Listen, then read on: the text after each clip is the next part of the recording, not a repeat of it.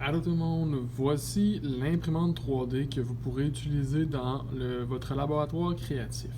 Plusieurs choses à savoir, dont les fonctionnalités de l'imprimante 3D. Alors tout d'abord, juste ici, nous avons l'écran qui n'est pas tactile où est-ce que nous pouvons sélectionner quel objet nous voulons imprimer. Ensuite, sur le côté, deux prises y sont. On a le démarrage, alors en cliquant dessus, et on a aussi la clé USB qui nous est fournie aussi où est-ce qu'on enregistre tous nos fichiers. Alors lorsqu'on l'allume, vous voyez que l'écran se charge et vous propose différentes fonctions. Alors, quand il n'y a pas de clé USB, il nous l'indique. On doit soit préchauffer selon le type de matériel. La plupart du temps, c'est du PLA, comme on voit dans le bas de l'écran ici. Et quand on le préchauffe, on doit attendre un certain temps avant de pouvoir imprimer. Une fois que la clé USB est insérée, on peut lancer une impression. Lorsqu'on clique sur l'impression, on voit tous les objets qui ont été enregistrés dans la clé USB. Lorsqu'on choisit un objet, par exemple le petit porte-clés que j'ai conçu en 3 dimensions sur l'application Tinkercad, lorsqu'on le sélectionne, on peut voir un peu de quoi il va avoir l'air. On a le temps d'impression, on a le matériau qui a été utilisé, on peut lancer l'impression ou aller choisir un autre objet.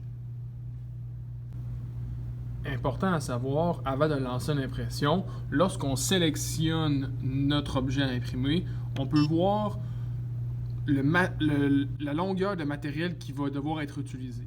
Alors, si on pense ne pas avoir assez de PLA pour réaliser notre objet, il y a plusieurs façons de faire. Soit vous devez rester prêt à le changer lorsqu'il n'en reste plus, et vous allez suivre une procédure pour rajouter le nouveau, soit que vous pouvez changer pour une autre couleur qui vous assure d'avoir assez de PLA pour réaliser votre objet. C'est important aussi de connaître la façon de faire pour changer le filament. Au cours de l'impression, vous pouvez faire cette procédure ou la faire avant de lancer l'impression. Voici les options dans le filament. Vous pouvez le charger, ce qui veut dire de l'insérer jusqu'à l'aiguille d'impression.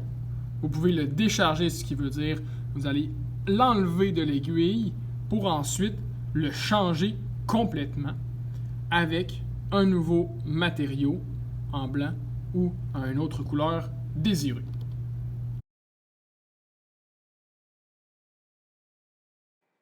L'imprimante finalise le tout.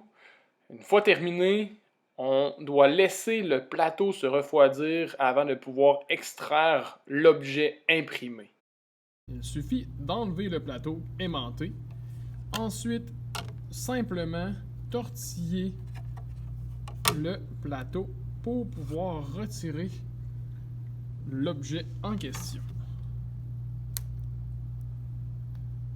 Et voilà!